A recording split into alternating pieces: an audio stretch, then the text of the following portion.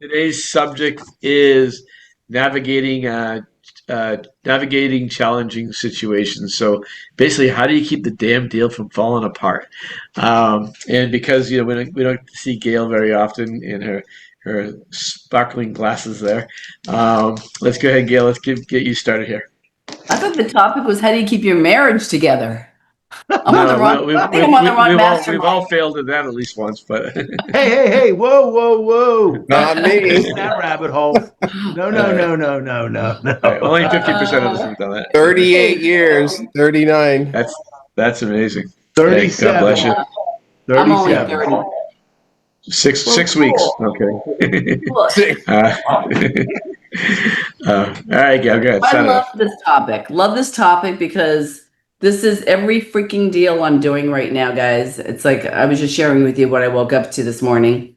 I wake up to this text message. This is a cash deal. It's brand new house. I mean, well, it's 6 months old, 7 months old, and it's supposed to close like in 4 days, 7 days inspections. I wake up to this. Where is it? Here we go. Hey, Gail, good morning. I'm so sorry to do this. My buyers are backing out due to the inspection report, stating the roof repairs and electrical issues. I'll put in the required paperwork for them to receive their binder back. Again, I'm so sorry. Good luck with the house. I'm like, wait a minute. I'm like, not so fast. Builder will fix this. We'll fix it. Tell me what's going on. And I deal a lot with the over 55 community. So these inspection reports are killing a lot of our deals. And, people are looking for a reason because they're still so scared. And so I'm like, wait a minute. So I look at the report and I'll tell you what, I'm going to blacklist a couple of different inspectors from doing any reports on our houses. And I'll just say, because when you look at the way that these reports are written, I mean, nails, it's like it says deficiency, deficiency, deficiency. Anyway, what I said, which is what I'm saying to all of my clients right now, all my sellers, if they tell you to bend over, whatever they want done, just fix it because they're ready to move on to another. You're not the only, it's like they're on Match.com right now. Everybody's looking, they've got this one. If that one doesn't work out, they're going to go to this one. There are really not a lot of buyers out there that are so emotionally attached to the properties.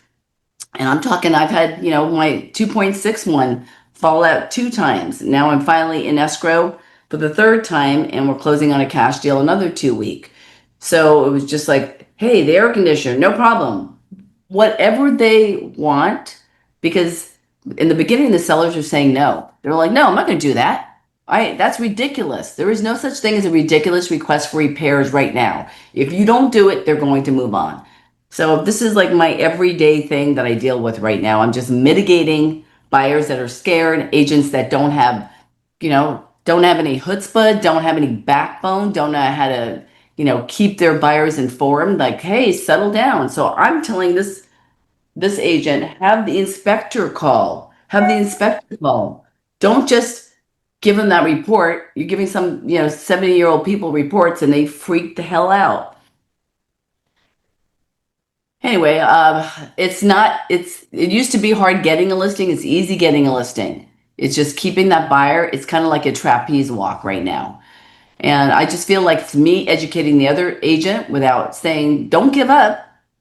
Don't give up. I even threw him $10,000 today. I said, I'll give you $10,000. My sellers hadn't agreed yet. I'm like, how about we throw you $10,000 out? I knew what her bottom line was.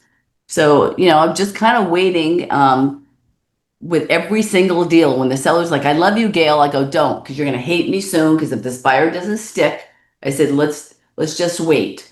I mean, I've had the worst deals probably like in the last 6 months that you can imagine. And the extent, and a lot of these, I think you would agree, Mitch, that a lot of the deals we're getting now, we're taking contingencies. And then when the contingencies don't kind of fan out the way we're supposed to on the timelines, forget the timelines. We're going to do an extension and then another extension. And people are moving out. People are bitching because they're like, where's my money? And it's like, you're lucky to get an offer right now and you're lucky to stay in contract.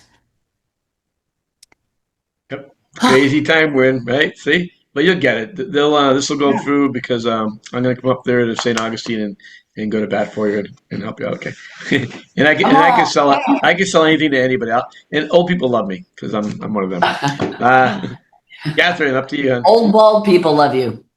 Yes, 80-year-old women love me. Good, Catherine. Hi, everybody. How are you? Good. Okay. So, the way I look at it, I've actually been honestly extremely lucky. I've not had any nightmare situation for quite a while.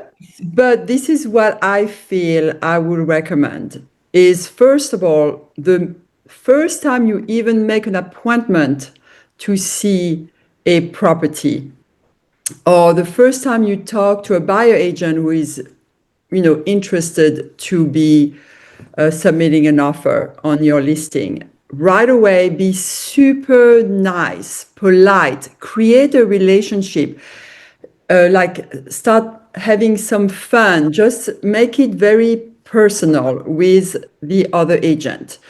And this way, I feel you are going to be able to get way more information from what the other party is at.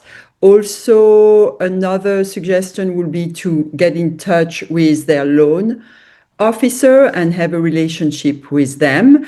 I feel more friendly you get with the other party, more you are able to then afterwards weather the ups and downs of what will come at you. So that would be for me my first, strong suggestion.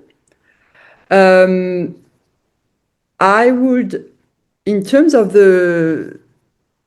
it's true that nowadays, which is actually cool because I just closed 2 deals where it was contingent on my buyers selling their home to be able to get the new home they really wanted, which these offers were never accepted before. So really there's an opportunity here now where you can get these kind of deal happen. And then you have obviously more people to make sure everything goes right. So again, I really just feel it's about keeping building a relationship right away with the other party would be kind of my main suggestion on this one. Yeah, it's so important to do that. Go ahead, Dave. I do you have a comment on that? Yeah. I have a meeting that I have to leave for in 6 minutes, so I'd like to Go just for it. share before I get on. You're up. So Go for it. when I saw this, I thought what I'm only going to be able to speak for 3 minutes or something, so I'm going to make it quick. And I totally agree with what she just said. The first of all, you've got to remember the agent on the other side is our friend, they're not our enemy, right? So we need to treat them that way. We need to have the respect and we just need to always use our tone and our words to try to let them know but we both have the common goal to get the deal to the end. And a quick thing that I highly recommend, and first of all, our market is kind of flat right now. It's not really a buyer's market or a seller's market. It's kind of flat. And I actually like that a lot because that's when we get to use our negotiating. But when the market, in Florida and some other parts of the country, when the market is down, then we need to get good at our negotiating to still keep deals together, especially if we're the listing agent. Buyer's market, we got to be good on the other side. But here's the 2 points that I wanted to give to everybody. If you have a listing, talk to the agent or talk to the seller, get a pre-inspection done so that you know what those issues are. And then what you do is you tell them, look, what we want to do is spend a little bit of money on a pre-inspection. We want to get and find out what are these little issues. And then that way, when they do, and by the way, then you get a handyman or somebody in, and usually for $1,500 or $1,000, you can get them in there to knock off the vast majority of all the little nitpick things that they come up with. And then when a buyer gets an inspection report on their own, then they have the opportunity, they don't have this long list that freaks them out. There's only a few things, and now that's what we negotiate on. So I think it's really important to do that. The other thing is when you get a pre-inspection, then you print the thing out, and then what you do is you make a note. The earthquake strapping was repaired on a day. You cross these things out and you put the date, and then that way, and then you send it when the offer comes in or you get it under contract. You say, here's the inspector, and if you want to, you could just have this inspector go back and re-inspect if you like, or if you want another one, but then you have it, and then they see that your seller was really motivated and got those things done. So that's the key, I'd say, with sellers. With buyers, especially when the market starts going down, is we need to get really good at setting the expectation. And so I use that same kind of philosophy, what I just told you, but I kind of do it in reverse. So, Mr. Buyer, the thing is, you're not buying a brand new house, and even if you were, there would be a bunch of things that show up. So our goal is to pick out the few things that really matter. And so let's not get focused on how many, but just what it costs. And my handyman can come in after you get it. I can get my handyman in, and I can knock out 15 of these things for $850, and then all we have to deal with is this roof is it's within 3 years of the end of its useful life, or whatever it is. So that's what I wanted to say. I've got to leave in 1 minute, so thanks for letting me share. Whoa. We'll talk to you next week. Bye, Gail. All right, Dave. Thanks, buddy. Appreciate Love it. you, girl. You going to Miami, David? Yes. All right. Any- Are we sharing who's a room going? again? Hey, I thought we were roommates. Yeah. Jen is going to be disappointed, Gail. All Bye. right, let's go. Thanks, Dave, man. Talk to you soon. Mr. Cam, where are you? There you are. Hey guys, good morning. So this is a great topic. The topic obviously being trying to keep stuff together, being that the Wall Street Journal has gracefully or graciously publicly identified my area as the worst market in America. So this is obviously happening a lot.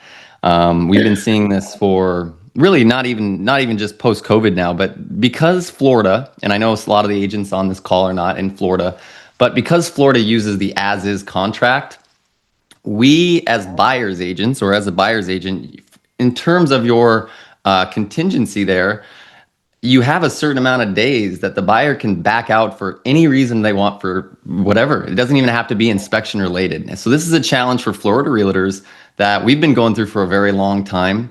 The actual contingency is called right to inspect / right to cancel here in Florida. So the buyers have the right to just cancel the deal. So this is something, like I said, we've been going through for a long time. Now that it's hitting the rest of the country and it's really heavily affecting every single transaction that we're doing down here in Southwest Florida, 3 things that I kind of wrote down for this call today was we need to focus on, for us as agents, that's a big part of this, right? Is our expectations have changed drastically. Our successes have changed drastically. We no longer can just go out and wave our hands around in the middle of the street and sell 8 homes a week. So with that said, for agents and for everyone that's on this call, really the first thing you need to be doing is going back to reevaluating your numbers in today's market, right? How many transactions do you actually need to go pending for them to close and get the estimated worth that you want to earn at the end of the year? You need to break all of this down to just 2025 numbers. These are recent numbers because things have changed very rapidly recently. And once you can know that, you can set an obtainable goal, which is going to make it feel like you're not constantly reaching for straws or grasping at something that you just can't obtain. Well, if your goal this year is to do 59 deals, but during COVID you only did 42, the reality is you're not going to hit 59 most likely unless you're doing way, way more than you were, right? So having and setting those goals back to what it is today is going to be able to allow you to do the work that you need to do day in and day out so that you can have successes and that you can keep moving forward. Because the biggest thing that all of the agents down here in Southwest Florida are currently going through is that we're going through burnout, right? We're a year and a half or 2 years into a true buyer's market. We're 2 years into a declining price market. Every deal you're having to sell 2 or 3 times. It's exhausting. Well, if you're still trying to keep up with your COVID numbers and you were trying to best your numbers, which is fine, I completely agree and respect, and I want you to try to best your numbers. With that said, though, you need to have something set up so that you can consistently work the business and be able to do it for years and years to come. Now, the real meat and potatoes of this call, obviously, is how we're dealing or how we're talking with our clients, our sellers, and our buyers. For our sellers, I'm going to kind of just parrot what was already said. It's communication. Communication, when you first sit down with them, you obviously, during our prospecting calls, the goal is to make the appointment. Now, when you have that appointment and you're sitting down with them, you need to explain to them what the market situation, what the current market situation is like for them. Now, down here in Southwest Florida, again, because Wall Street Journal and all these places have publicly published that we are the worst market in America, it's really easy. You walk in and you go, guys, listen, it's hard down here. It's tough. It's really, really bad. And they all shake their head now because it's evidence. It's public. Everyone is already on that same line that there's a ton of inventory. There's not many buyers. So when you tell them that, you need to explain to them in the most upfront, brutally honest, blunt way possible that we should expect to probably sell this home 2 or 3 times. And that's okay, because I'm doing that with all of my homes and I'm having success doing it. And just because it happens to you doesn't mean that something's wrong with your house or wrong with me. That is what you need to expect. And this is why. And we go through the idea of when you are a buyer or if you become a buyer in our market, we are going to do the exact same thing to the sellers that you're purchasing for. Does that make sense, seller? And after you communicate the understanding, you help them understand why the buyers are doing this. You ask them the questions of always, does it make sense? Is that something that you understand now? And they're able to give you those yes. What does it take? 3 to 5 yeses before they sign the contract, right? So you're going to have those objections. But when you're the one laying it out and you're the one saying, this is going to be a multi-sale process. I'm going to have to bring you a contract. We're going to accept it. And then most likely it's going to cancel for one reason or another. And I need you to be prepared for that. It's a hard conversation to have. It is, because it makes you seem like an agent that isn't able to get it sold on the first go. With that said, remember, the number one key in a declining market, if you are working with sellers, is volume. You have to be able to have enough volume that you can pick and choose which sellers you want to work with, so that the ones that are unrealistic or they're just not in a position or a condition to sell their property in this market, you don't have to be the one that gets frustrated and beats your head against the wall trying to sell an unsellable property, right? So volume is allowing you to pick and choose the clients that you want to work with. I know that's not the big glitzy glamorous answer that, that's not the easy key. There is no easy key. It's a tough real estate market.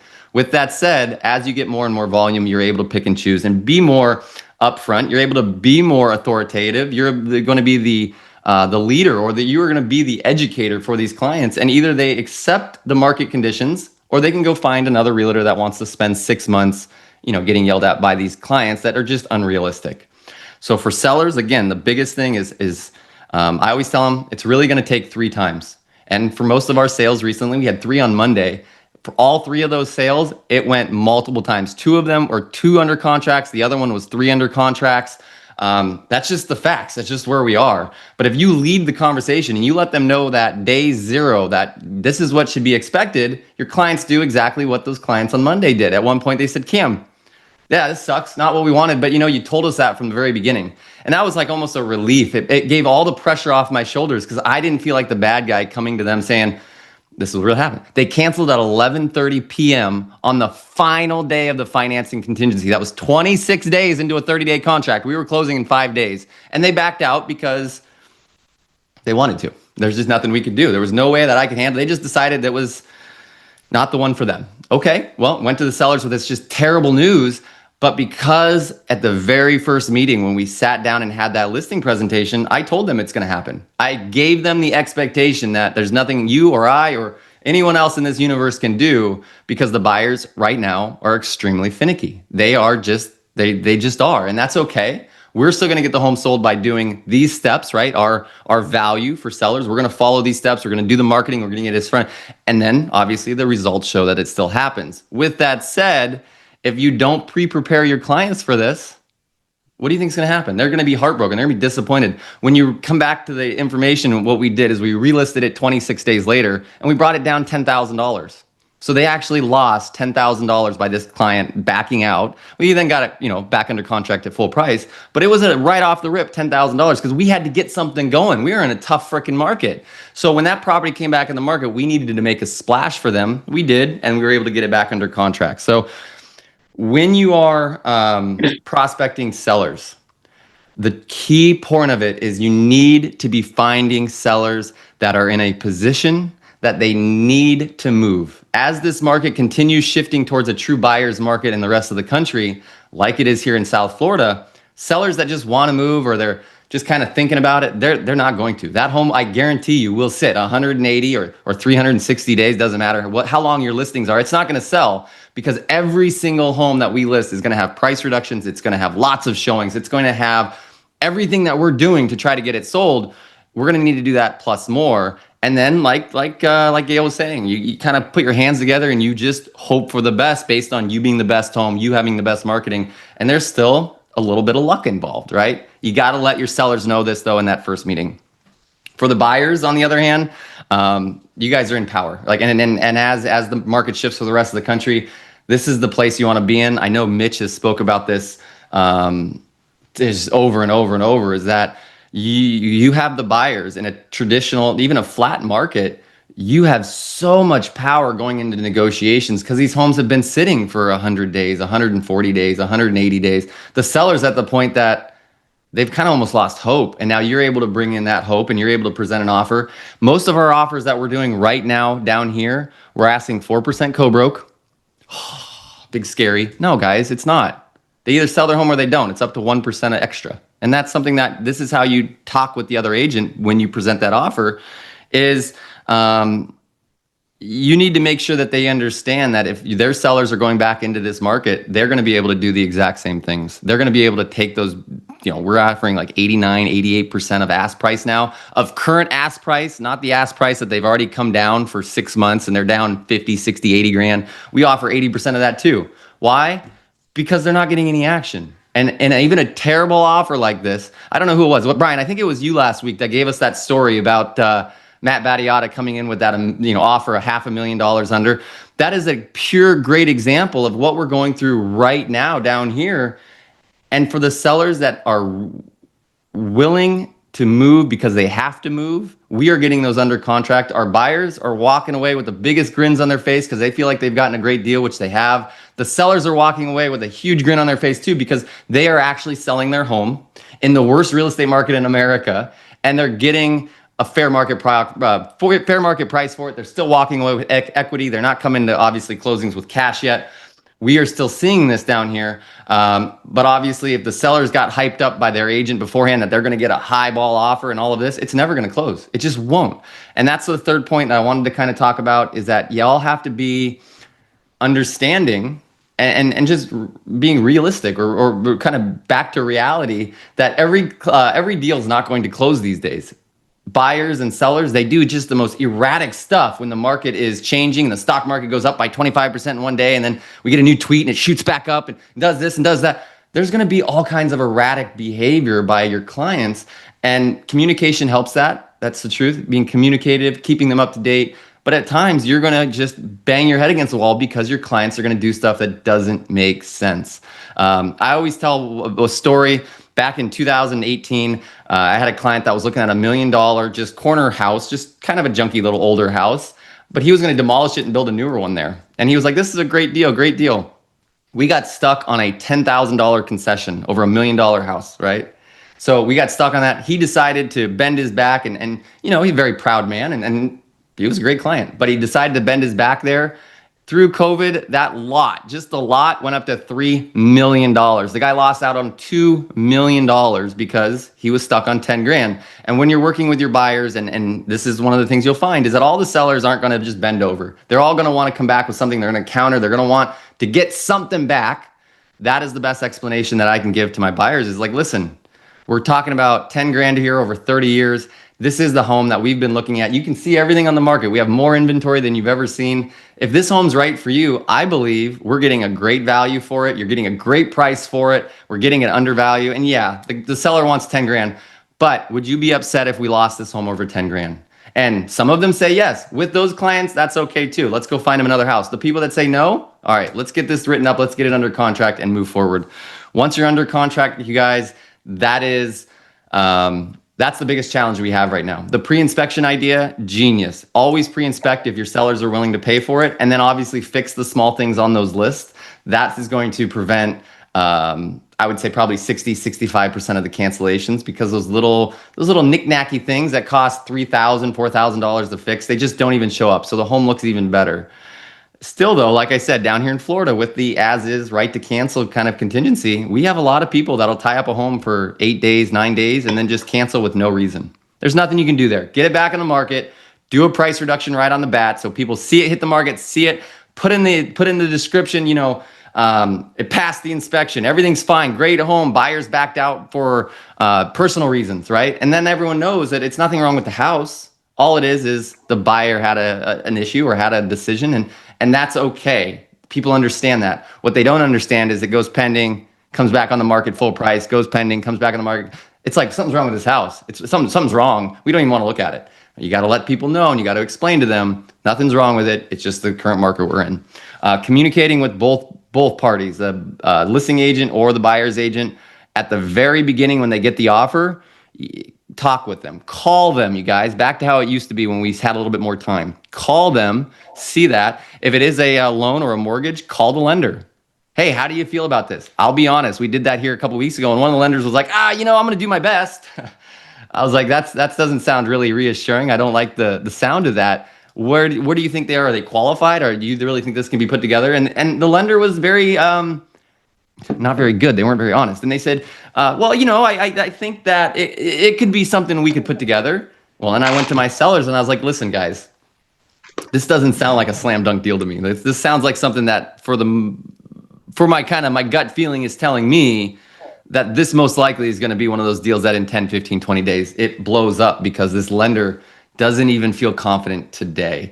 And like everybody, obviously lenders get paid when it closes, agents get paid, everyone has success when it closes. They want it to close. But when they start off the whole process with, I'm not sure, you can then give that to your sellers and let them make the best decision for themselves.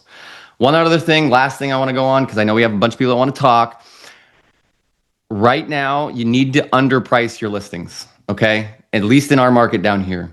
You need to be the best priced home, comparable home by 5-6%. Yeah, and your sellers aren't going to love seeing that. It's not their favorite thing to see that you are trying to get them to list at a lower price than all the other realtors that just lied to them. But when you're able to sit down with them, you tell them how hard it is. They know this because they're looking at the media, they're looking at online, they're looking at all the portals. They know, they're not dumb. But you can give them an explanation and the reality of our market, which gives them an explanation that they understand, and they will buy into it with you. And then you can sell their home very quickly, and you can have the success that they're looking for. So those are my tips. It's all mindset, it's all communication, and it is positioning your clients before the issues pop up, so that when they do, they're actually already ready for them. They're on your side. They've listened to you. They have even more trust and faith in you because you told them what was going to happen. And then it's not a big deal. But you have to be consistent in the beginning, telling them what they need to hear. I don't know. I have no faith. Okay. Lurchy, you're Boston Red Sox beater, you bastard, you. You know what? It's all part of it. I think Pete owes me some cheesesteaks when he comes. Not. So, hey, you between Gail and Cam, you guys hit it right on the head. It comes down to control the controllables, build the expectations, and get out of the dark hole. If expectations aren't met on either side, if they're not all leveled up, And that's where a communication barrier breaks down, even with another agent. And that's where I've learned it. As I start the transaction, I talk to the agent and I kind of coach them on, hey, you and I are going to be psychologists and psychiatrists and referees and everything else. But what we got to do is not take sides, and we need to control the controllables, what's fact and what's emotion, what's business and what's emotion. And that's the hardest part. And when I've also found out, when you're in these hardest negotiations, do a disruptor, find something, some way to get somebody off the fence or off the roof. And by saying something different, if you're sitting with them, get up and make them move chairs where they're at. If you're on the Zoom with it, do something that creates, take a break and say, you got to give me a minute. Somebody knocked at my door. Give them a moment to disengage their cleats in the ground. And at that point, that's a perfect thing of what happened with Reagan and Khrushchev when they I think that's what it was, when they knocked down the Cold War. They were in meetings and they weren't getting anywhere. They went out and walked in -4 degrees in Russia, and guess what? It got solved. It's different. So we get so personal in this, we got to understand that it's not. Control the controllables. I love the idea of the pre-inspections. I really like the idea of maybe the inspector giving a discount to come back and re-inspect with the buyer and have them educate them that it's not earth-shattering stuff, and know that the adjustments are there. In the process, when I'm working with my buyers, I tell everybody, no house is going to be perfect. Even new construction have a 90-day punch list. And if you build the expectations of what it's going to be and give them an idea, it's where I'm at. I always tell them there's only 2 times you're perfect in life: when you're born and when you die. Everything in the middle is a bunch of bullshit, all right, that you learn, you deal with, and you become a role and everything else. So it's a matter of what you really want. Cosmetic things like a door not closing doesn't work. I'll send my guy to get there and things like that. So nickel and dime things, I usually cover the first couple hours of my handyman because I give him so much business. He really doesn't charge me. But I say, look, I'm going to send my handyman to you for 2 hours once you settle. Let him loose. Tell him what you want. You buy the materials, he'll do the work. He'll change outlets, he'll fix this, he'll adjust doors. So let's put this stuff over there. And now I'm the hero, but I'm not paying because he's going to be there more than 2 hours. They're going to love him on him and want more work. So it's also creating that giftology mindset that we're going to come over to small things. The big things, I always tell buyers, you're going to have at least 1 to 3%, minimally 1 to 3% of a sale price, always in repairs. Always, always, always. So when we're looking at this, understand that's where we're at when we're making our offers. In a hot market, you didn't have those opportunities. When we're making offers now, if it's a hot house in a hot location, it's going to sell right away. And you got to understand, other buyers have lost homes maybe 6, 7 times. We're still in multiple offers. Your pain point is different than their pain point. You waiving inspections is different than theirs. Okay. But what's happening is the buyers in our market, I'm not dealing with what you guys are dealing with right now. We're still having multiple offers, or we're getting 2, 3, 4 offers, and they're allowing inspections. We're tightening up the inspection line. I don't want them to come out. We're tightening it up down to 3 to 5 days. If we need an extension, we'll get an extension. Exactly what Gail said. As long as everybody's playing fair and moving forward, great. And even before we sign the contract, I'll say, call your home inspector and find out when they can go in. Because this is an important part when I tell the seller. How available is that person? I don't want to hear it's 10 days. I don't want to hear they're on vacation. Not happening. I want and every state's different. I want deposits quickly. And I want it all at one time. I don't want to hear I'm doing it for a small amount of money. Put all the deposit up at one time because it's more of a commitment. So what we've done is we've moved the terms in to make it that people really don't want to be there and the agent be getting out of it. But again, every state's different. You know, everybody has different cancellation clauses. So if you set the field right, you set the expectations right with your seller, with your buyer from the beginning, it's going to make things a lot easier. But if you're just being a Pop-Tart agent running around saying, oh, everything's wonderful, everything's great, and it's not, you're going to have a problem later because you created different expectations already. And sometimes you might have to horribilize. And I know that's not a word, and it's in Wikipedia, I think, after I've named it. But buyers, and tell buyers, I know you're going to harborize, and it's not a word. You're going to see a crack in the ceiling, and your Uncle Louie is going to tell you it's $5,000. It's a 12 by 12 room. The re-rock it and paint it is $625. So don't start with this 5,000 stuff. I know the numbers. Let me help you and meet the expectations and go from there. So that's the biggest thing that I communicate. That's the biggest thing I can tell you. Tighten your terms up, communicate well from the beginning, and understand that everybody has one goal. And as it rises, as the tide rises, we all rise together, or somebody's going to pull the plug and we're all going to go down the drain together. That's okay. But there's no heroes in the end. And, it's not like who's going to stick who in the market now. The buyers are looking to stick the sellers are looking to fight back. Just tell them that's not how it's going to be played here, and that's how you want to play it. Go play over here. Go play over there. Be willing to walk away and say no. The great book, Let Them. All right, let them. Let them be them, but you be the coach. You're the one that's there. You're the one with the expertise. Do not let them control them, and if so, pull back and then re-explain what your role was from the beginning. My role was not for you to steal a house. My role was not to beat people up for you. That was not my role. My role was to help you with the house, coach you through the house, not squeeze somebody because you feel like you got to win. All right. So that's pretty much how I communicate it. And you guys, exactly what everybody else has said, that was just some addition. Yeah, it's good stuff. So, And the only ones that really give you a hard time with stuff is people from New York. Everybody else is cool.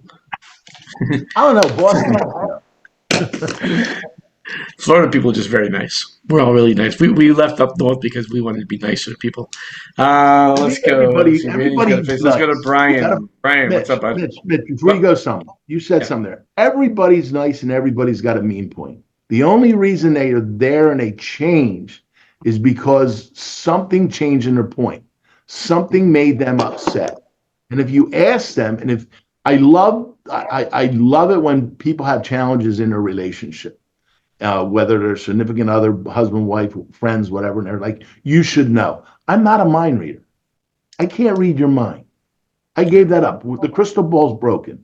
Communicate like an adult. Tell me what's caused your pain. Don't tell me you're driving the inspection just because you're scared now. You have buyer's remorse. If that's the case here's a bag of jelly beans. Every 2 minutes, eat 2 jelly beans. You'll be fine. In the end, bottom line is it's natural. I've gone through those feelings. I get it.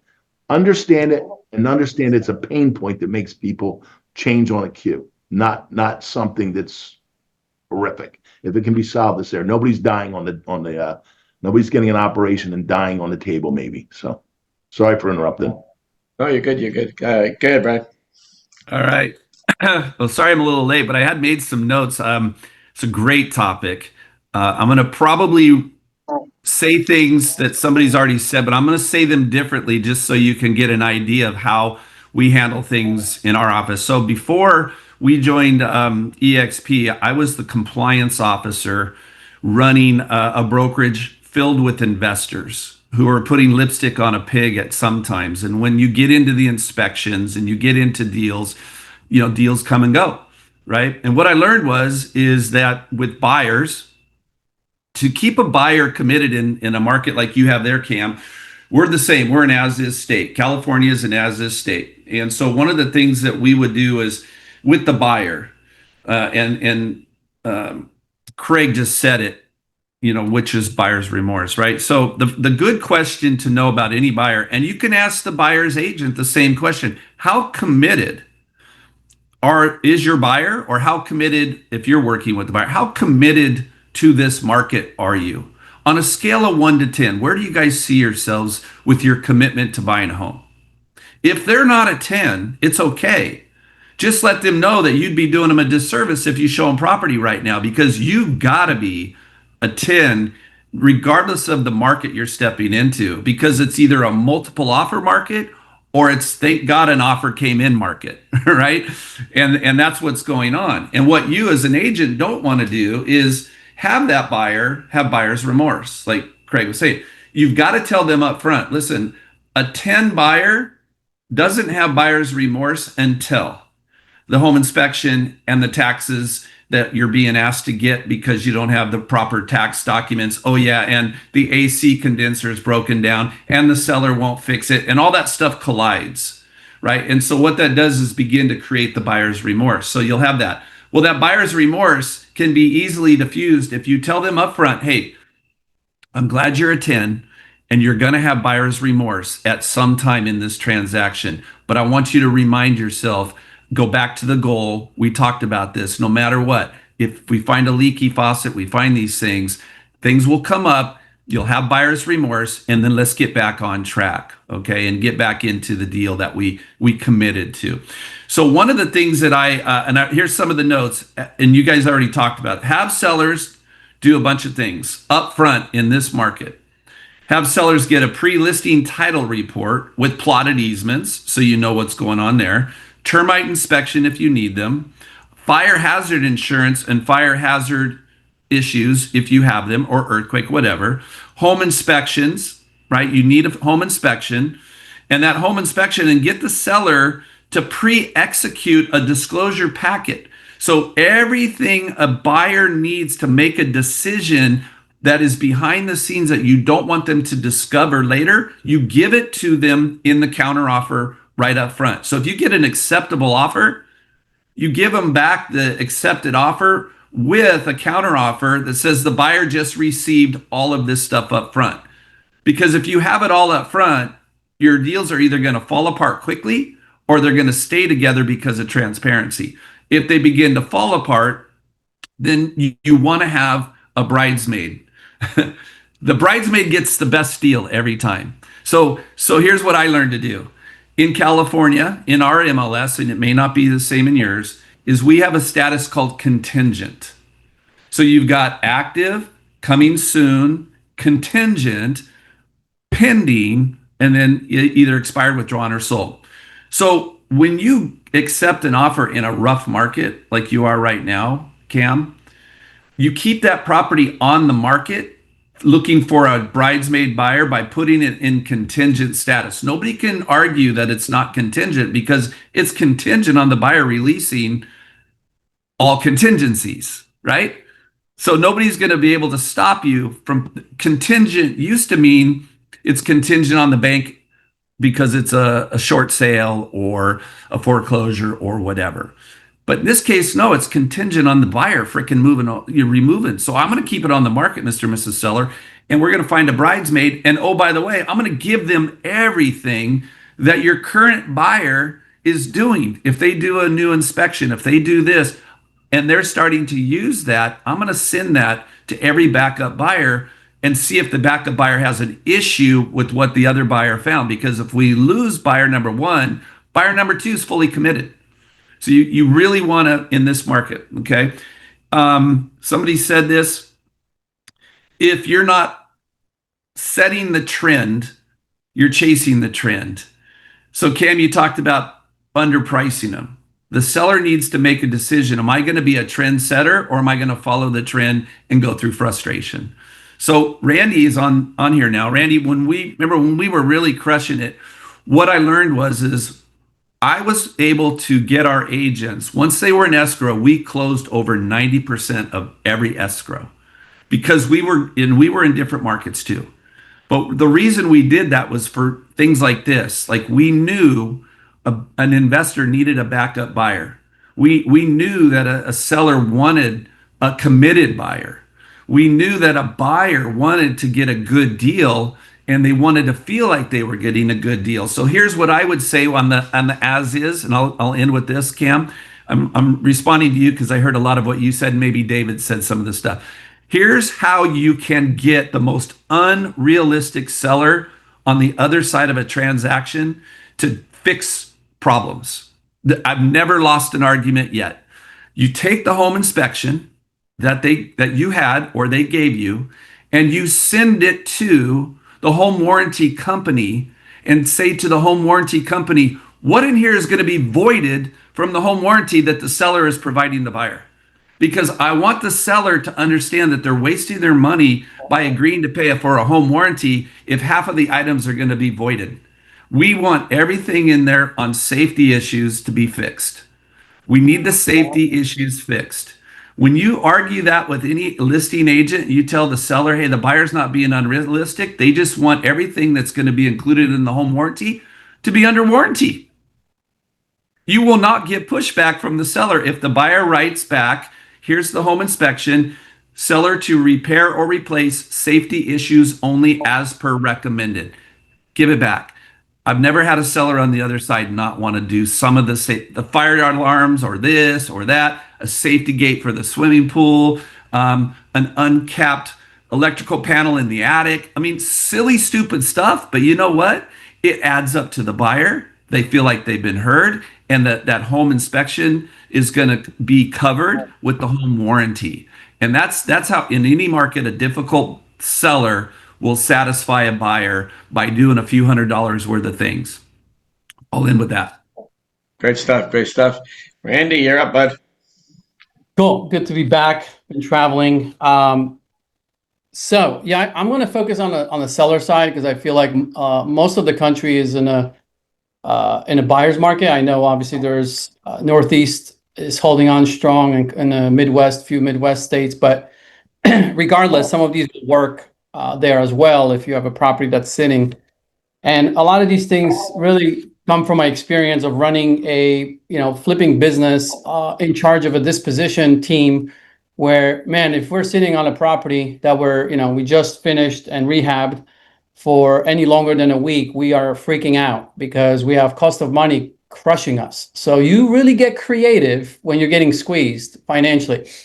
So some of the things, one would be when you list a property, most MLSs have a reverse prospecting section, okay? Look in there and see which agents have registered their buyers in the MLS as a buyer that's potentially interested in your property characteristics and area.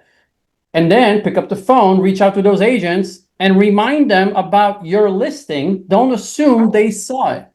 Okay, I think there's a lot of assuming happening in our business, right? We're too lazy. And that's not the market we're in, right? So reach out to that agent, and it'd be better if you get approval from your seller to mention what is the seller willing to pay for the buyer's agent's commission. And what I would do is I would ask the seller, like, hey, if we want to stand down in this market, like, are you open to saying that you would be willing to pay a buyer's agent 3.5%, 4%? What is it? Reassuring the seller, like, look, that doesn't mean you have to agree to their offer if they comes in with a 4% buyer broker request. Because at the end of the day, you have to still be comfortable with the price. And then we can negotiate both the price and the buyer broker commission that you initially said you would pay 4% on. We might end up paying them only 2%, right? So I don't want the seller to freak out, right? So you got a premise that doesn't mean we end up at 4%. But if they give you a solid offer, are you willing to give someone 4%? Yes. Okay, well then let me say it. Okay, cool. Right? So mention that over the phone. We legally are allowed to do that. Now, you cannot put that anywhere on the MLS, but you're allowed to talk about it when you're reaching out to agents that have either registered their clients as in the reverse prospecting section, or maybe reach out to the agents that have sold properties in the same community and area, right? So that's one. Second, talk to your lenders about loan programs that maybe that specific area or price point qualifies for. I'll give you an example. I have a property I have on the market right now. It's a townhouse. I spoke to this lender that said, look, we can get someone into this property right now with the loan program that we have for 1% because we're going to cover the difference. I was like, great, give me more information. So now I'm reviewing that, right? I'm going to screen it. I'm going to, and see if it's something that I want to use on a front-end marketing, public facing inside the home with a flyer, get in this house for 1%. And I just want the conversation to start, right? I don't give out all the details, of course, but the moment they call me, boom, I put them in touch with that loan officer that has that program, right? So find out from your loan officer what is available for different, even trade groups, teachers, firemen, price points, regions. There's so many different things out there that we are not aware of. And we're not loan officers. So reach out to those that are very savvy on a lot of those programs. Then third thing, if I'm listing a property for someone that tells me, oh, you know what, I'm going to test the market, but I don't have to sell. You've heard me talk about this, over and over again, and I've done this. I will be very honest with the seller. Look, I will do it if you're willing to reimburse me for our marketing expenses, and we're going to decide together what marketing we're going to do. I'm going to provide them a menu of marketing. I'm going to provide them the fee structure for each thing. And I said, look, I'm going to implement this with your approval. And if you decide to take the property off the market, we're going to look at about $1,000 in reimbursement. Are you cool with that? Yes. Not everybody's going to say yes. I'm moving on because I am not spending my money in a testing phase in a buyer's market. Not worth it. Okay. So that I do. Value ranges, and I would love to know if that's available anywhere else, but in California, we have something, we can actually list the home on the value from, let's say, seller would entertain offers between 790 and 820. We can literally put a value in the MLS, right? So I leverage that. Now, if you don't have that, it's okay, because what you can also do, the first sentence of your public description could say, seller open to an offer within this value range of 790 to 820, and then list it at the lower price so you get the attention you want. But then hopefully at least you can leverage that value in a description as a negotiating tool to say, look, yeah, they're open to anything in the range, but not below 790, right? So that's coming back, right, in our market in California. And then last thing I'm going to mention is actually a couple more. This one is a pain, but it's worth doing. If you're sitting on a market, if your typical market time is 60 days, 60, 90 days, then somewhere around maybe 30-day mark, 45-day mark, you might want to consider cancel and relist. It's annoying. It's more paperwork. You got to redo your listing agreement. I believe in it. I've done it so many times on my own flips, during the last slowdown, which was a long time ago. Some of you never experienced it, okay? But it works. We would usually take it down on a Monday, bring it back up live on a Thursday. And most of the syndicate platforms like Zillow, Realtor.com, they will actually, a lot of them now will only show days on market as 1 day, which is what I'm after. I'm after resetting days on market, and also I'm after hitting the inboxes of all the buyers out there that are looking and have saved a search criteria that could entail my property, right? Include my property. They're going to get a notification, new listing versus a price drop.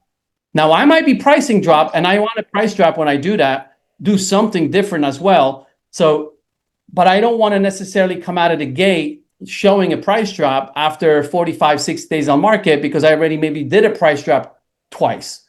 So then I cancel, relist, come out, it looks like a new listing, it hits the people's inboxes, I change the main photo, so hopefully people don't recognize my house, okay? And then the last thing I would say is just ask your sellers, like getting feedback from open houses, from all the showings, it's so important. And why? Is because that feedback allows us to make decisions with our clients. And sellers, I'm hoping that they, that you work with are open to take the house off the market maybe and fix the few things that are coming up over and over and over again in the feedback, right? This is something that's going to become more common in this type of a market. So maybe talk about that with your seller so they don't have to feel overwhelmed like they have to fix everything out of the gate. That's beautiful, but not everybody's going to care. But if there is something that keeps coming up, say, look, we're going to know from feedback if there is really something that's going to really bother a lot of the people, then we might want to consider taking a house on the market. You fix that, make that investment, come back as a new listing, which is going to help us anyway. And I'll stop there. Good stuff. Good stuff. All right, I'm going to finish it up with, I got 45 things to say in 5 minutes. It's the downside of being the moderator of this stuff, right? Okay. So first of all, your attitude is going to determine your future with all of this stuff. If your attitude, whatever attitude you have with your buyer or your seller, is going to determine the way they react to the situation. So if you act like the world is falling apart to the seller or the buyer, the world is going to fall apart. Pretty simple. Expectations. You guys have all talked about expectations. It is the most important part of what I do with every customer, actually every person in my life, not just business. And here's what I will tell you about expectations, how I've saved 1 billion deals. Yeah, 1 billion deals I've saved. Exactly. I like McDonald's. 1 billion hamburgers. I think we're up to 25 billion now. But anyways, I set my expectations for my buyers like this. Before we go to an inspection, and by the way, I go to all my inspections. I think you should because you can't talk educate unless you're there. But that's my personal opinion. So I say to my buyers, just so you know, we're going to have 40 or 50 things wrong with this house. And the seller's not going to fix any of them. So when we go into the inspection, it comes back with 15 or 20 things wrong. They go, oh, not that bad. And then I say to the seller, just so you know, they're going to find 40 or 50 things wrong with this house, and they're going to want a bunch of stuff fixed. So when this buyer comes back and only wants 5 little things fixed, the seller's, oh, not that bad. But if I walk in the house, I go, oh my God, this house looks amazing, and it comes back with 20 things wrong with the house, and I didn't say that, now the house, I got to go through the whole inspection thing. I don't lose houses to inspections. I've lost one house to inspection literally in 15 years, and it really should have been lost because it was really bad. Pre-home inspections we've already talked about. Educating both parties. So again, I'm not going to talk long on this because people did, but do not take listings that are stupidly overpriced. Right? You're just wasting your time and money. If you're going to do that, if someone wants to test the waters, do exactly what Randy says. Go ahead and say, look, it's going to cost me $1,000 to put your listing on the market. As long as you pay me back when this listing expires, the $1,000, we can do that. Don't waste your time. You're going to get yelled at. You also set their expectation, even though you told them the price isn't worth, we'll say $400 when it's worth $350 or $500 when it's worth $400, whatever the number is irrelevant. They still believe you're not stupid enough to take a listing that won't sell. So why would you take my listing? So even though you're telling them that, they're like, well, this guy can't be that stupid. He's a successful realtor. Why would he take my listing if it's not going to sell? I have walked away from probably in the past, I can tell you, during 2008 to 2012, I probably walked away from more listings than I took.